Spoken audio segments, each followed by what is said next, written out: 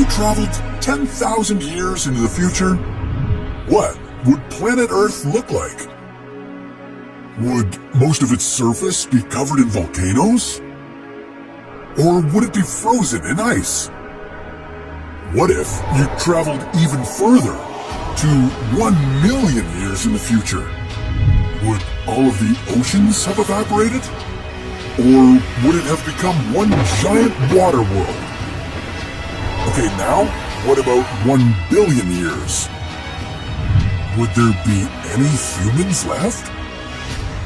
Or would they have settled in other parts of the galaxy?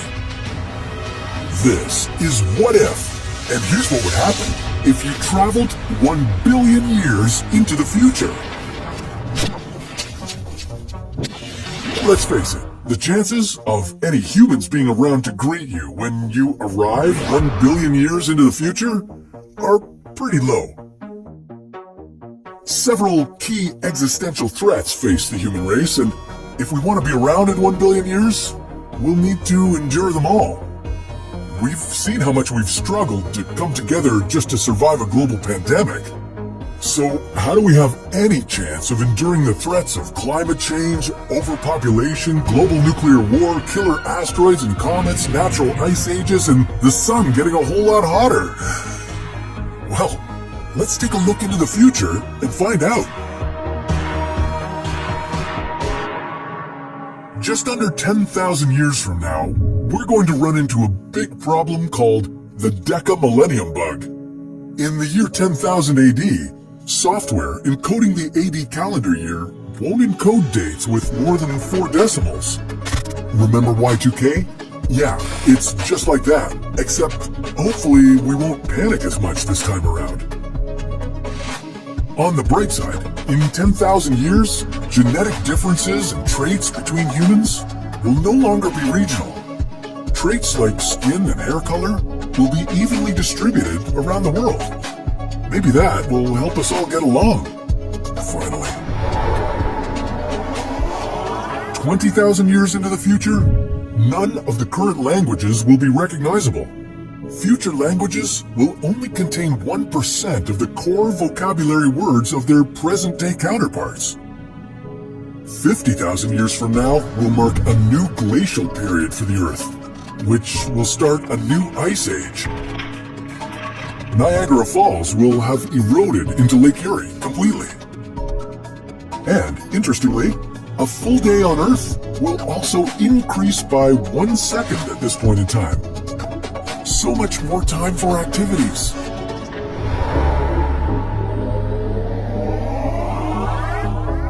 In 250,000 years, the Loihi volcano will rise above the water to form a new island in Hawaii. And in 500,000 years, it's likely that an asteroid with a diameter greater than 1 kilometer will hit Earth, unless we can prevent it.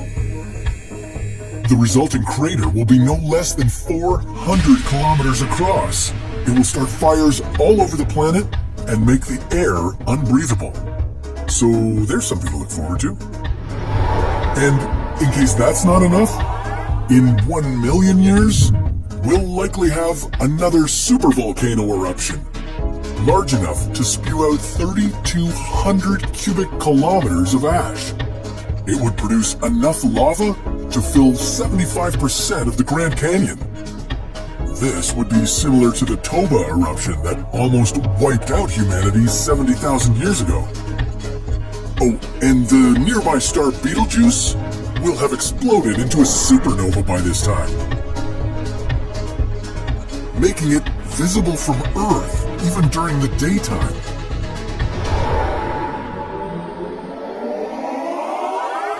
In 2 million AD, humanity will have settlements throughout the solar system. This also means that if populations on different planets have remained separate, humans may have evolved into other species adapted to their specific world. In 10 million years, a huge part of Eastern Africa will break off, forming a new ocean basin.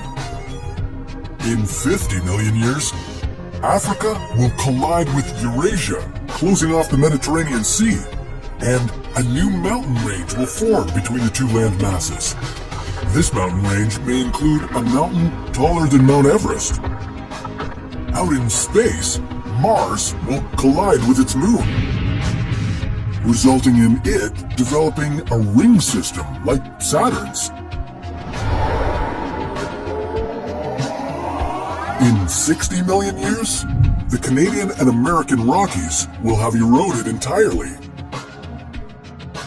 In 80 million years, all Hawaiian Islands will be below the water. In 100 million years, an asteroid similar to the one that killed the dinosaurs 66 million years ago will likely hit Earth, one that is 10 kilometers wide. In 250 million years, all of Earth's continents will be fused together like Pangea, except this time it will be called Pangea Ultima. But don't get too attached to it, because in 400 to 500 million years, Pangea Ultima will separate again.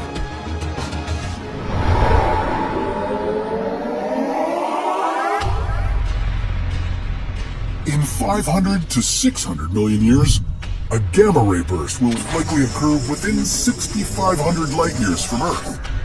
If it strikes Earth, it could damage the ozone layer and trigger a mass extinction.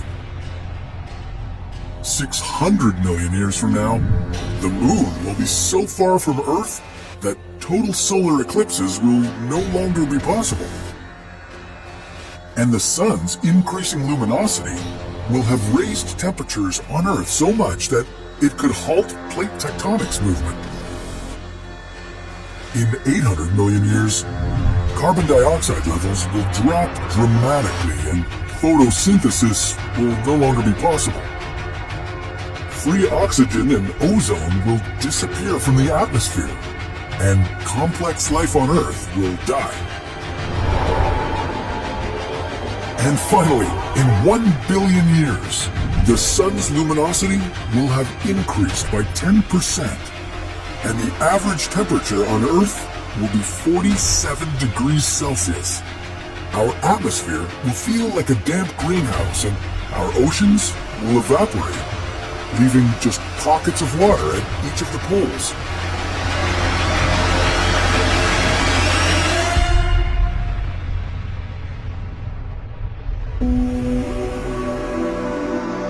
When you arrive here in your time machine, be mentally prepared to take in a planet Earth that looks nothing like the one you remember.